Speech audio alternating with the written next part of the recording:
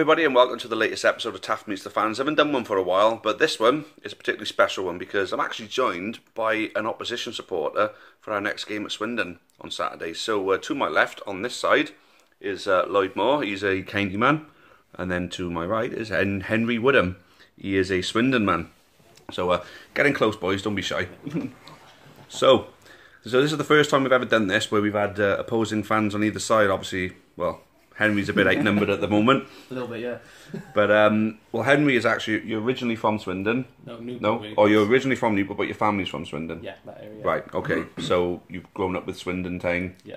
Right, there you go. And Lloyd is a Newport lad and a Newport County supporter, quite simple, just like me.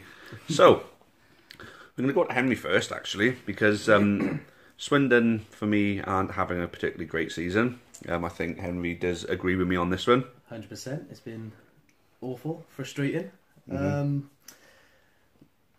The lack of investment in the club as well, where the chairman just takes all the profits and doesn't reinvest in the club. I mean, we took, I think, about £7 million in one season, over 3 seasons, and I think only spent about 60k of it on one player. Yeah.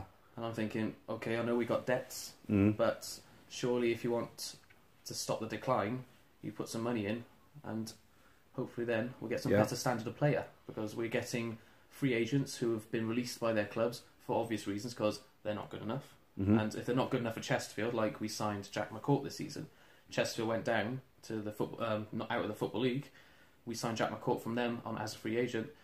Obviously, we've seen why, because he's absolutely rubbish. Yeah. He cannot string a pass together. The only thing he's got is a good one-off 30-yard strike, which never goes in. So then you've got him as a permanent signing for 1 year. For 1 year. So at the end of the season, I can see Richie Wellens, the new manager, get rid of him, because he's a very frustrating player. He's either side to side or back, doesn't have any flair. So you've got your own Charlie Cooper then? Very much, yeah. But Charlie Cooper's got a bit more pace about him. So then you've actually gone and signed him rather than just bring him in on loan. Yeah. So he's stealing a wage from you. Stealing so I a can wage, understand. yeah, exactly what my friend. That's what my friend Adam says, who goes with us. He says he's just picking up a wage, and I don't think he started that many games either. I mean, okay, he did one good thing, the first game of the season, which was, I think you've all heard about it, when against Macclesfield, we scored 2 penalties in 2 minutes to win the game. Luckiest game I Lucky, that was definite penalties. Well, at least you beat Macclesfield. Oh yeah, I know. It was lucky. It was lucky. They're the ones who got the 2 penalties against us. They love penalties in those games, I tell you. But no, that he did, because he had a 35-yard strike, I think, hit the crossbar and then bounced back out to Keshi, and I think Keshi then picked the ball up and then ran into the box and obviously got tripped then. So that's the only thing I guess you can kind of see. He's kind of set that up, but you wish it was. Just Adebayor with you and Chat Jade. See, look, he doesn't like the idea of Nah. From where we were sat, Adebayor looked like he was tripped by Bennett. Nah. But obviously, looking at the video, I gotta be honest, Bayo did dive. He was a dive. I'll be honest on that one, yeah. But it's a good penalty though, so you gotta be honest. So. Yeah, it looked like a penalty to me as well, to be honest with you. It depends on the angle you work, like, because we're on the one side, and it does look like Benno tripped him. So you mentioned the manager there, Richie Wellens. Yeah.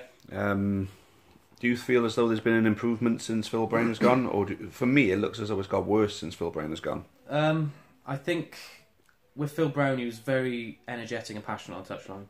He showed it as well. Every ball that was kicked, he showed he was interested. He really wanted the team to do well.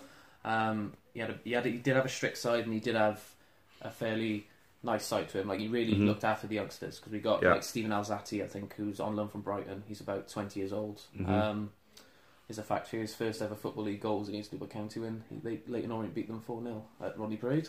There's a little fact here. That was one of the worst days of my life. But there we are. Thanks for bringing that back up. There we are. But you never know, you might get one on Saturday. You never know. It's a week back memories. But he did look after the players. But Richie, I think he's more disciplined than Brown. I think you can see there's more of a discipline under Richie.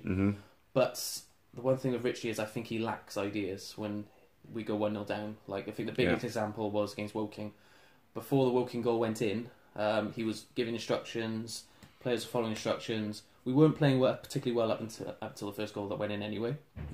But he was giving instructions out. But when the Woking goal went in, he sort of sat back and didn't really know what to do. So his assistant Noel Hunt was pretty much giving all the instructions out. Really. Noel Hunt. So who's got a really annoying squeaky Have you ever voice. met his brother Isaac? Nope. Just try saying it. You'll understand what I mean then. I better be careful. Yeah, don't say it. Don't say it out loud. Be careful. Be careful. No, this is YouTube. These videos are going to be somewhat family friendly. So, especially my profession, yeah, there we go. But no, thing is with Richie, you look at him with inexperience. His first job in management was get Oldham relegated from League One. Okay, didn't set a very good example. But like you said, when we had Di Canio, that was his first season as a manager and took us up as champions. So I was 50-50 on it, but he did have managerial experience before. Like obviously relegation was on his CV, so I'm thinking, oh, go. But then the first game against Carlisle, where he lost 4-0 in his first game, I think yet again instructions given out. First goal went in, didn't change the team, kept on going 2-0 down, didn't change it again until he went to 3-0 down. That's when he brought the subs on. You think, really, is that a bit too much? Lloyd will back me up on this one. Justin Edinburgh lost his first game at home 3-0 to Southport. Believe it or not. Didn't know that. That was his first game, and I featured in the bloody programme on that one as well. Yeah. Thought if anything was going to be a bad omen, it's me featuring in a programme. That's why I've never ever wanted to feature in another one, But well, the Di Canio days must have been particularly pleasing for you. I mean, they nearly never happened for you because he verbally agreed to become the Newport County manager before Anthony Hudson became our manager. Yeah, actually. Yep. Pedro Di Canio agreed to be the manager of Newport County until his father went downhill. He had to go to Italy. We needed a manager. Anthony Hudson was our second choice. Yeah. Lloyd doesn't look too good now, does he? I mean, if Hudson was our second choice, I'd dread to think of our third and fourth and fifth choice was. Jeez. Yeah, no. But anyway, we digress now. Obviously, we got the game coming up on Saturday. What's it like for you to when these fixtures come about? Well, so the banter's particularly good. Come on, Lloyd, don't be shy. You're leaning. Go on, mate. Don't lean away, mate. Come on. Well, basically, get involved. I don't stink. I just had a shower. Well, basically, we booked the night in Swindon. We did the same last year, and last year was good because we won 1-0 and it felt good. We was literally all of us lads were just ripping into Henry, singing 1-0 to shoot shaggers and all that. It didn't stop. It didn't stop until... Yeah, it didn't stop until 2-0 went home, basically. 2-0 got in each other. And, well, I'm quite nervous for this weekend because... I wouldn't be, mate. Because obviously Swindon lost. I would be. Because Swindon lost to Woking, they could be fired up. They're going to want to win. The wounded animal effect, yes. Yeah, exactly. Well, the other thing as well, the wounded animal effect tends to come and bite us right in the arse, like your wounded animal would do. Carlisle hadn't scored in 8 hours at home and put frickin' 3 past us. And it was Cheltenham hadn't won at home all season. They hadn't won at home all season, and guess what? We're the first team that they beat. So, Swindon, down in the dumps. What do you think's going to happen? Same old Swindon, to be honest. I can honestly see it. Same old Swindon. They'll start off, the first 20 minutes will look a threat, and then I think, after that, we'll die down. And then it's always the same goal we concede. It's always a cross from the left, mainly. Right back's not doing their job.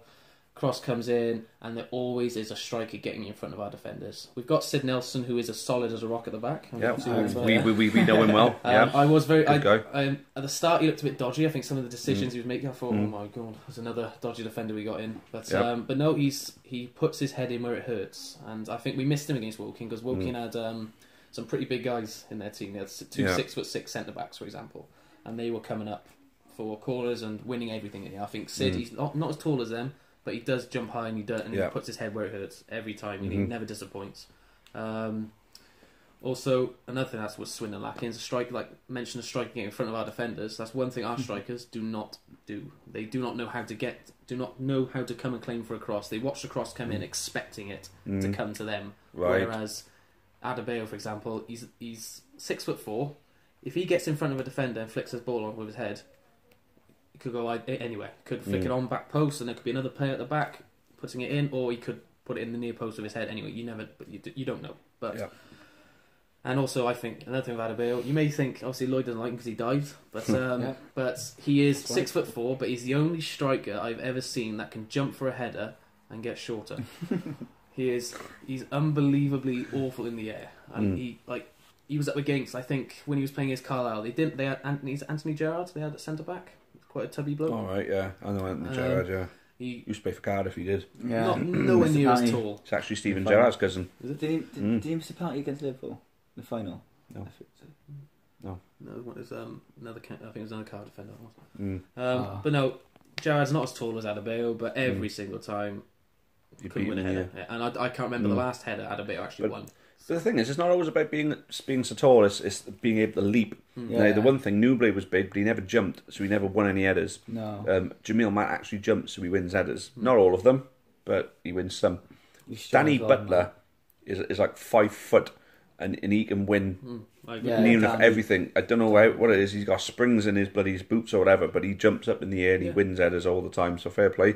It's about the Same leap. with Pipe, and he's small. He can jump. Pipe's high. quite small, but he can get up there and get the yeah. head. But a lot of it is strength in the air as well, because when you're able to win the aerial strength battle, you put yourself in the position to win the header and push them out of the way. Yeah, definitely. You know, but so we've spoken about Swindon, and Henry's knocking of his team has given me a lot more confidence about Saturday's game. Yes, you should be confident, mate. You should. I'm still not confident. You know, the county supporters, we know what can happen sometimes. I mean, we might turn up and and win 2 or 3-0, but it's not something we've done all season. We don't tend to win big. We tend to win by the odd goal or maybe by 2. Exactly. Yeah. But Lloyd will know. Yeah, definitely. So Lloyd, we're going to move it over to Lloyd for a little bit. So what do you make of this season so far for us? Brilliant. I think this season's been very good. We had a good run can't we say good run in territory? We got through the group stages. Well, it's the first time we got through the group stages, so we first call it a got- decent run. I Yeah, we suppose. could. Yeah. Obviously, in the Carabao Cup where we played Oxford and lost 3-0, I thought we was unlucky to lose by that much. Yeah, I I think so. Thought we played well. And obviously Give it that some way. games in the league that I thought we could have won, like the Macclesfield. Macclesfield, We could have Morecambe. won that. Morecambe, yeah. There's a lot of games that we should have won against much lesser teams, like Crawley away losing 4-1 was disappointing, you know. Yeah, And, they kind of had us though, didn't Cheltenham. they? After Matt's Cheltenham goal. 2-1. After Matt's goal, after Matt's goal, they Matt's goal, I thought we were going to win that game. I thought we were going to turn it round, but then they got that dodgy penalty, and that was it. Then game Yeah. It's over. amazing how a small thing can change a game, though, isn't it? Yeah, but Yeah. that's the thing. I mean, I get knocked a lot for criticising referees, but you know, the smallest little decision can change it. I mean, look at Northampton, right? Were you at our Northampton game? Yes, I came Yeah. to yeah. So that shit decision that they scored off of. Yeah. That was never a free kick. What if we hadn't scored another goal and they'd pinched a winner or something like that? So a Yeah. 3-1 win It or could have been a 1-1 becomes draw. a 1-1 draw or Yeah. 2-1 loss. Yeah.